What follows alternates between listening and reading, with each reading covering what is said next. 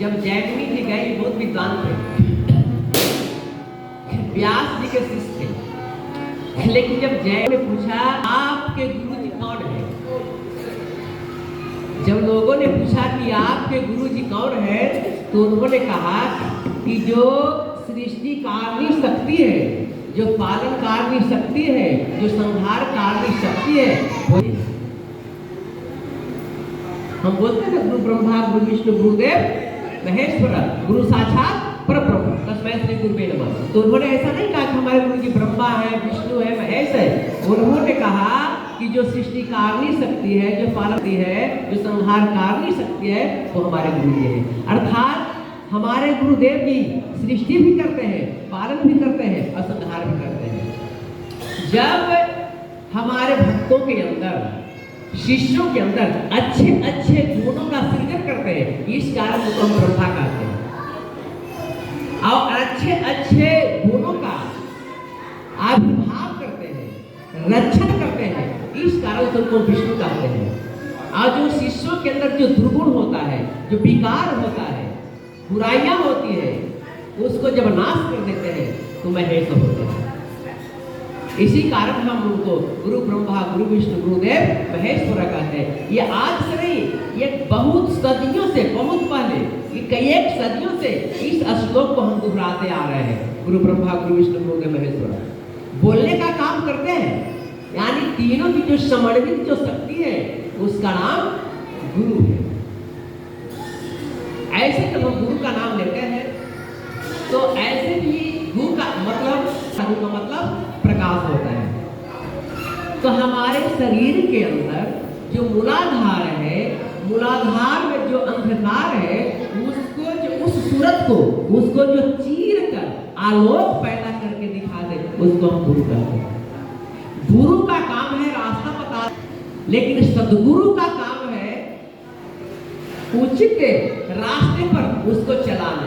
जैसे मान लीजिए कि एक चौराहा है, गुरु जी ने रास्ता बता दिया और आप आगे बढ़े, आगे जाने के बाद 4 रास्ता मिला, तो किस रास्ता से जाना आपके लिए अच्छा होगा, ये सदगुरु बताते हैं।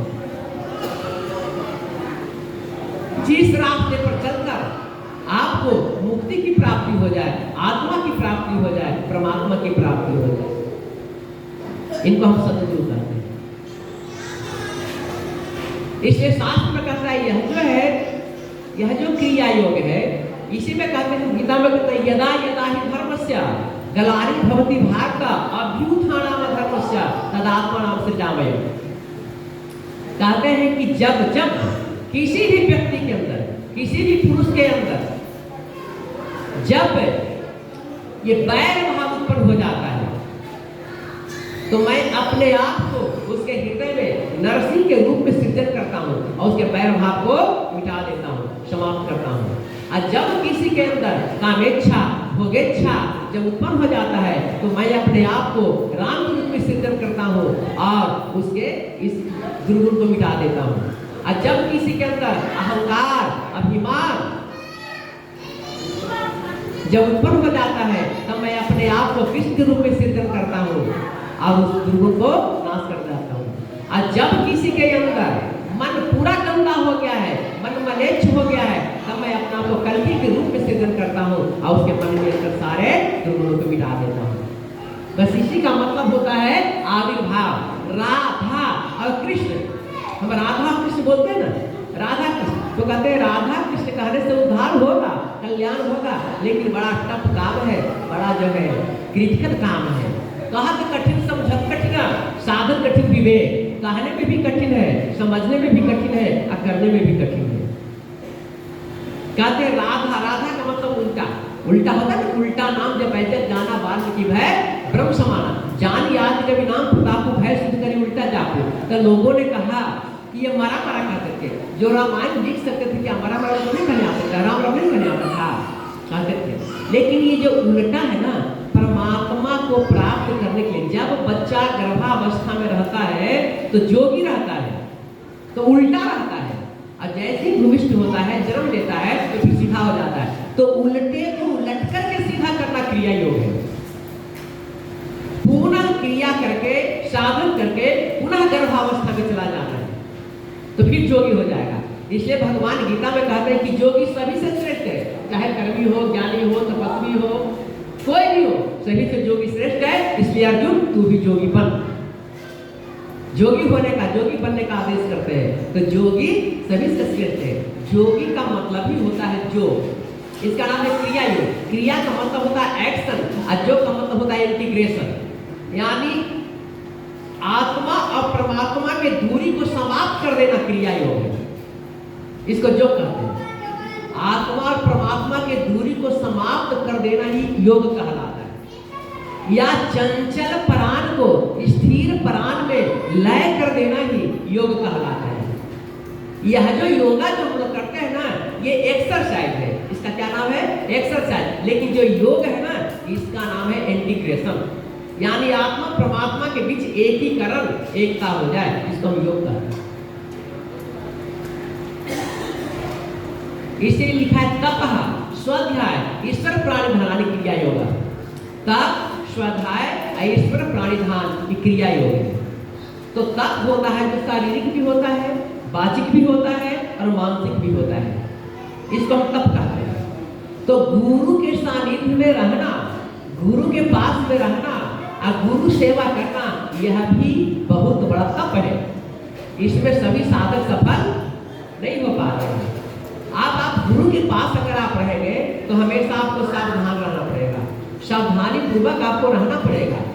और गुरु के पास रहते रहते आप स्वयं तपस्या सीख जाएंगे, आपको तप करने की आवश्यकता नहीं होगी। अगर आप गुरु के सानिध्य में रहेंगे, गुरु के पास रहेंगे, तो उनके अनुसार आपको चलना पड़ेगा, उनके आज्ञाओं का पालन करना होगा, उनके ऑर्डर में रहना होगा। तो धीरे धीरे अपने आप में तप प्रखर हो जाएगा और आप तपस्वी हो जाएंगे।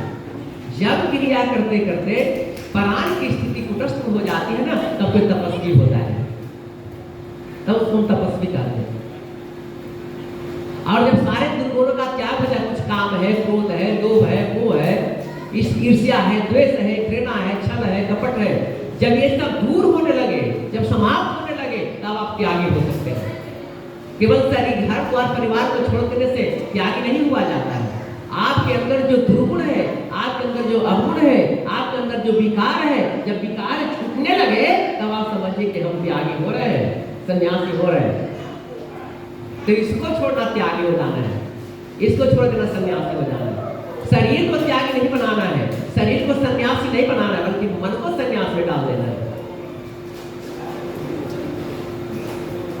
तो यहाँ पे है क्रिया जो ज्ञान की बहुत प्राचीन विधि है।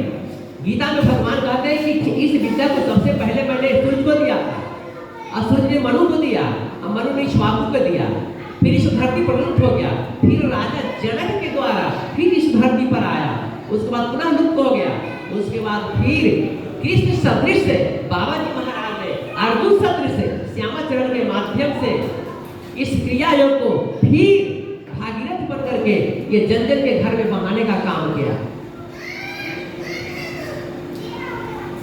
जिससे जीवों का उद्धार हो, कल्याण हो। तो ये प्राचीनतम विधि है, यह एक चमत्कारिक और अद्भुत टेक्निक है। कहते हैं कि जिसमें शरीर को साधते हुए ध्यान की गहराइयों को पाया जा सकता है, जिसका नाम क्रिया योग है। क्रिया योग ध्यान की अद्भुत और चमत्कारी टेक्निक है, जिसके अभ्यास से साधन अपने स्पिरिचुअल जर्नी को कई गुना फास्ट करके प्रोग्रेस कर सकता है। भगवान बुद्ध ने संसार को, मन को संयमित करने की विद्या दी, और महावीर ने चित्त को संयमित करने की विद्या दी, और गोरखनाथ ने हठ योग के माध्यम से शरीर को संयमित करने की विद्या दी। लेकिन बाबा जी महाराज ने प्राण को संयम करने की विद्या पूरे संसार को। विवेकानंद कहते हैं कि अगर प्राण अगर संयमित हो जाता है तो कहीं भी रहो, किसी का जो है किसी को बस में कर सकते हो। लेकिन ये श्वास प्रश्वास की क्रिया मात्र नहीं है, ये विकल्प का यूज करनी है, तब ऐसा हो सकता है। और अगर परिश्रम करना होगा तब विश्वास कर सकते हैं। लेकिन यह जो टेक्निक है, यह जो विद्या है, ये गुरु से प्राप्त हो सकता है।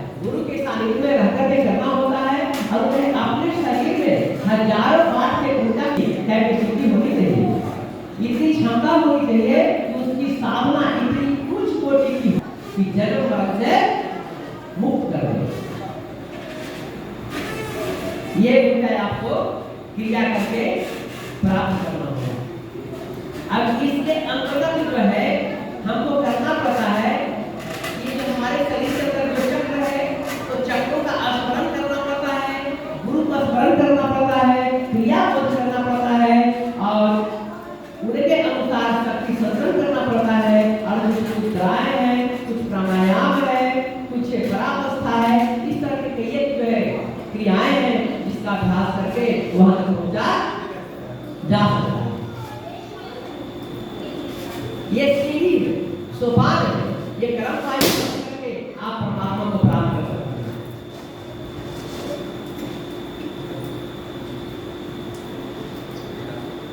आज जितने सारे योग हैं ये क्रिया योग के अंदर, इससे प्रमाण भगवान लिखे के सुक्रिया पद्धति योगा, क्रिया योग की सुक्रिया पद्धति योगा और क्रिया योग की परफेक्ट साइंस।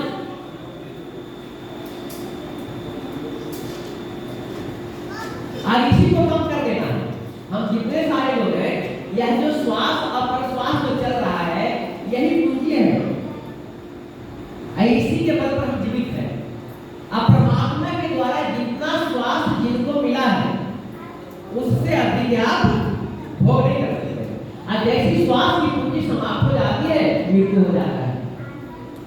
अगर परमात्मा आपको 500 रुपया देते हैं तो 500 रुपया 5 महीने में खर्चा कर सकते हैं, 5 महीनों में भी खर्चा कर सकते हैं। यह आपको डिपेंड करता है कि कितने दिनों आप खर्चा करें। और नहीं तो ऐसा टेक्निक है इसका कि आप इच्छा मृत्यु को प्राप्त कर सकते हैं। इसमें संख्या है जो हम 24 घंटा में 30,600 बार जो श्वास लेते हैं, अगर इसको कितना कम कर दें तो इच्छा मृत्यु हो सकता है। संकट बता रहे हैं, कहते हैं कि इसकी संख्या अगर इतनी कम हो जाती है तो इच्छा मृत्यु की प्राप्ति हो जाती है।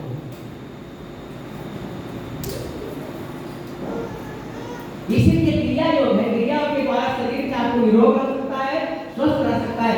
अगर दोनों टाइम अगर क्रिया का सही अभ्यास अगर आप करेंगे, सही तरीके से अभ्यास करेंगे तो शरीर भी स्वस्थ रह सकता है, निरोग रह सकता है और आयु की वृद्धि हो सकती है। आप सुने तो बहुत सारे हिमालय के अंदर जो है कोई 500 वर्ष के, कोई 900 वर्ष के, कोई 2000 वर्ष के। बाबा जी महाराज के बारे में तो किसी को पता नहीं चला कि कोई 5000 वर्ष का था, कोई 25,000 वर्ष का था, पता ही नहीं चल रहा कि कितना उम्र के। आप लोगों ने भागवत में कि जो है सनक समुद्र सनक कुमार है जो केवल 5 वर्ष के रहते हैं, तो 5 वर्ष के क्यों रहते हैं? उनका श्वास पर कमांड हो गया।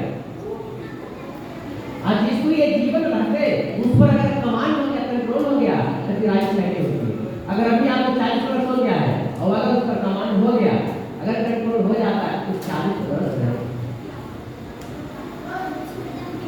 लेकिन इसके लिए तीव्रतर वेग से साधन करना है।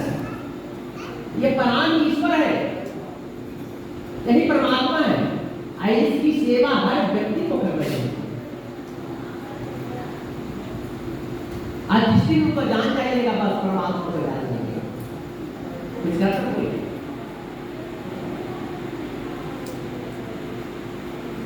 विवेकानंद भाषण दे रहे हैं तो उनको लोगों को लगा कि जरूर ईश्वर को देख रहे हो, तो लोगों के पास क्या करते हैं, आप ईश्वर को देखें, यहाँ इसको देखें तो क्या हमको मिला सकते हैं, मेरे को मिला सकते हैं, तुम्हें काम में मिला सकते हैं। पहले तो कैसे देखें? अगर भगवान मेरे पास आ जाएंगे, ईश्वर आ जाएंगे मेरे पास, तो तुम्हारे पास कैसे भेजेंगे? तुम अपना एड्रेस दे दो, उसी एड्रेस पर हम भगवान को हमारे पास भेज देंगे। तो अपना एड्रेस बता दिया कि मेरा जो है रामनाथ घर है, ये नाम है, तो उन्होंने कहा नहीं ये तुम्हारा एड्रेस नहीं है, ये तो ईटा पत्थर का एड्रेस बता रहे हो, इसका तुम हो कौन? पहले ये बताओ। और जब तुम बता दो कि तुम कौन हो तो ईश्वर तुम्हारे पास होगा।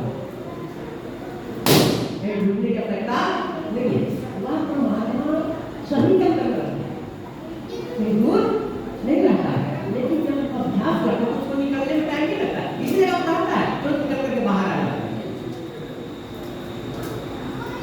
लेकिन ये टेक्निक है ये भारतीय संस्कृति का कि कितने सारे लोग देखे ध्रुव है, चाहे पार्वती में जो कथा है, कहानी है, सभी साधना कर रहे हैं। और साधना करने के बाद जैसे श्वास बंद हो जाए कि हमारे यहाँ बंद हुए है, ये पेड़ का पत्र खा करके रहे, आम का पत्र खा करके रहे, फिर दूध पी करके रहे, जल पी करके रहे, उसके बाद श्वास पर रहे, कुछ दिनों के बाद श्वास लेना भी समाप्त कर दिए, बंद कर दिए, तब परमात्मा का साक्षात्कार होता है।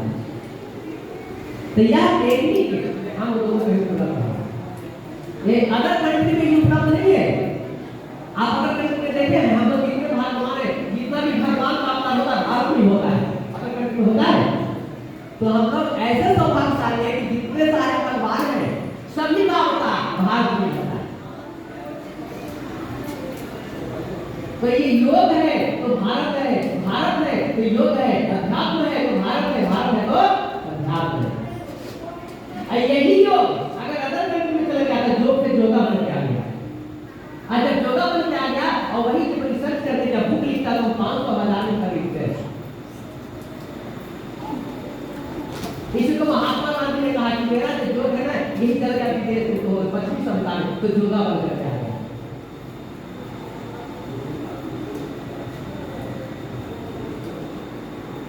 तो जैसे जैसे हम अभ्यास करेंगे, अभ्यास करके हम परिपक्व होते चले जाएंगे तो धीरे धीरे धीरे धीरे निकटता बढ़ती जाएगी।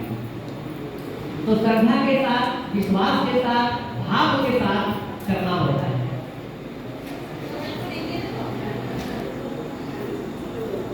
जब तक श्रद्धा विश्वास के साथ नहीं होता है, भाव साथ नहीं हो जाए तब तक नहीं होती। लेकिन ये जो है हमको तो देखिएगा नहीं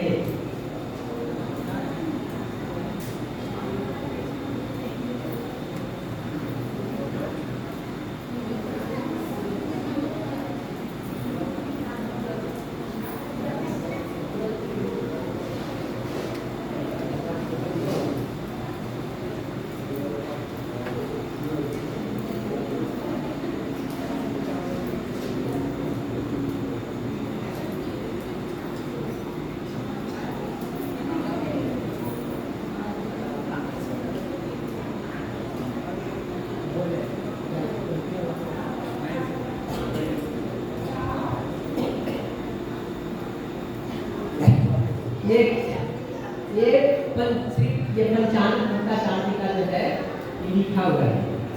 तो इसमें लिखे हैं कि भगवान मेरे जनो प्राण कांति रही सदगुरु लाभ हुए।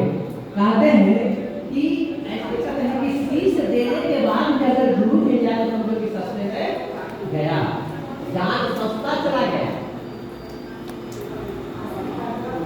तो गुरु को लाभ करना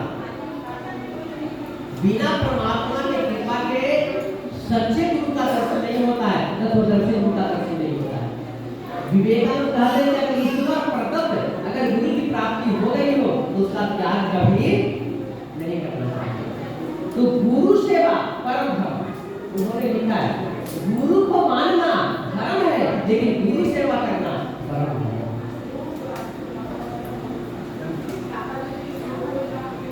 धर्म ही प्रकृत वस्तु है।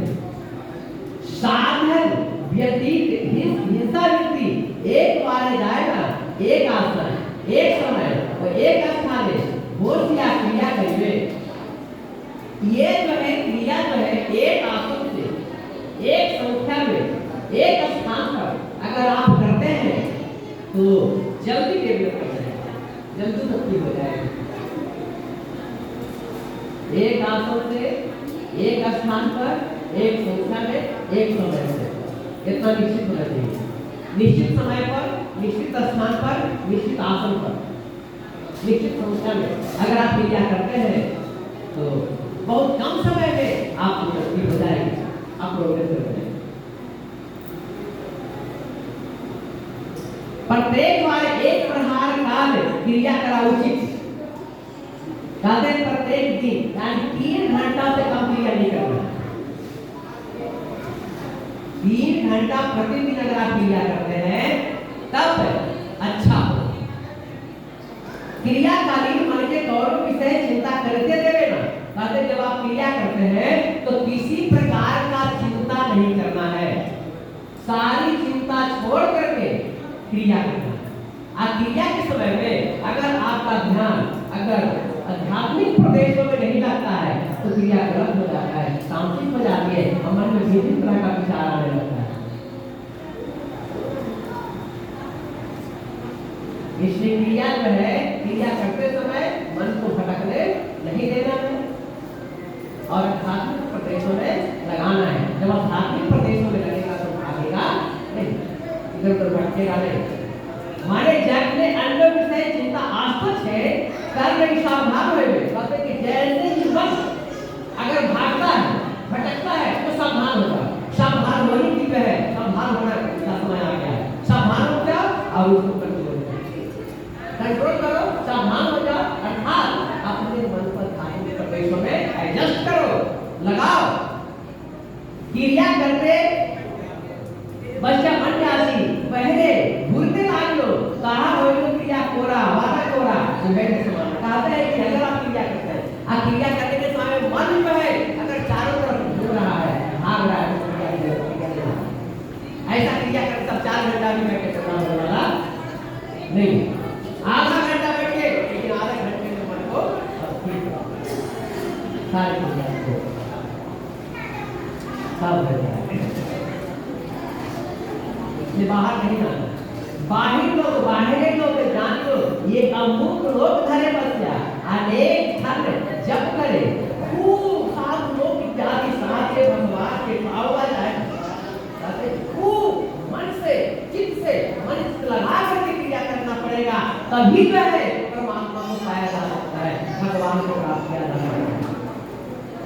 क्रिया करेगा दिन प्रतिज्ञा करिया अब बरकत है कि जो तुम्हें जानो भर क्रिया करे आजो कौनो की शय मारे आंखों देवे ना, कहते कि जब तक आप क्रिया के लिए दिन प्रतिज्ञा नहीं हो जाते पूरी तरह से कॉन्फिडेंस होना चाहिए कि क्रिया करेंगे, क्रिया करना। जब क्रिया करेंगे तभी परमात्मा की प्राप्ति होगी, क्रिया से बने सकता है। यही कर्म है, इसी का नाम कर्म योग है। जो क्रिया है, क्रिया जो है इसी का नाम कर्म जो है, भक्ति जो है, ज्ञान जो है, सब एक ही है। इसलिए जब तक इसका करेंगे तो उसको जाने नहीं, और जाने बिना नहीं होई प्रतीति, अब बिनु प्रतीति होई नहीं प्रीति, अब प्रीति बिना नहीं भक्ति दिहाई, जिन भगवती जन के बिना। जब तक हम उनको जानेंगे नहीं तब तक उनसे प्रेम नहीं होगा, और जब तक प्रेम नहीं होगा तो भक्ति नहीं होगा। इसलिए पहले इस तत्व को जानना है, जो परमात्मा तत्व है, प्राण तत्व है, आत्म तत्व है, इसको पहले हमको जानना है। और जब हम जान जाएंगे तो उनसे प्रीति हो जाएगी, और जब प्रीति हो जाएगी तो ऑटोमेटिक भक्ति आ जाएगी। आपको पहचान के, आपको जान के कितना प्रेम हुआ, अगर आप नहीं जानते नहीं देखते तो कैसे प्रेम होगा।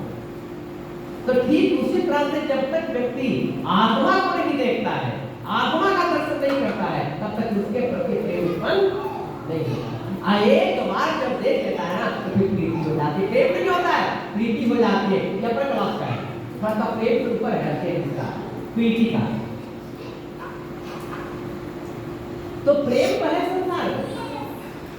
अब एक ही जो सीढ़ी होता है उससे ऊपर भी जाया जाता है और नीचे भी जाया जाता है। अब मर्जी आपकी कि ऊपर जाना चाहते हैं या नीचे उतरना चाहते हैं। अगर आप ऊपर चले जाते हैं तो आपको ब्रह्म से मिलन करा देगा, परमात्मा से मिलन करा देगा। अगर आप नीचे चले जाएंगे तो फिर संसार में मिटा देगा। तो गुरु की प्राप्ति जो है बहुत ही भाग्य से होता है। अगर योग शिष्य की प्राप्ति बहुत भाग्य से होता है ना, ये गुरु की प्राप्ति भी होता है। और ऐसे